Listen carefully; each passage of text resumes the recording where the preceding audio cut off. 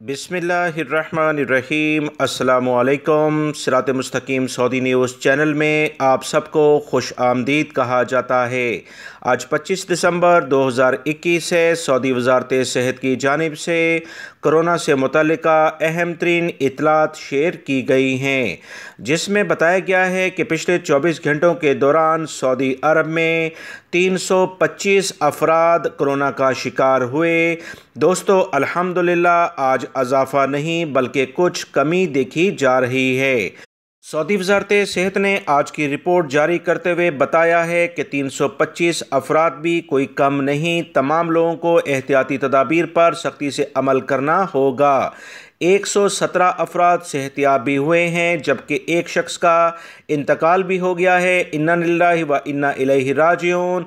32 अफराद की हालत काफ़ी ज़्यादा ख़राब है, इनके लिए ख़ुसूसी तौर पर दुआ की जाए। सऊदी अरब के इदारे पहले ही ख़बरदार कर चुके हैं कि कोरोना के केसेस जिन जिन इलाकों में बढ़ेंगे वहाँ पर हम लॉकडाउन और कर्फ्यू भी लगा सकते हैं। लिहाजा तमाम सऊदी शहरी और गैर मुल्की अफराद एहतियाती तदाबीर पर सख्ती से अमल करें, ताकि कर्फ्यू और लॉकडाउन के लिए मखसूस इलाके कहीं वो आपके ना हों। अगर आप अपनी ज़िम्मेदारी पूरी करेंगे तो इंशाल्लाह ये सूरत हाल पैदा नहीं होगी।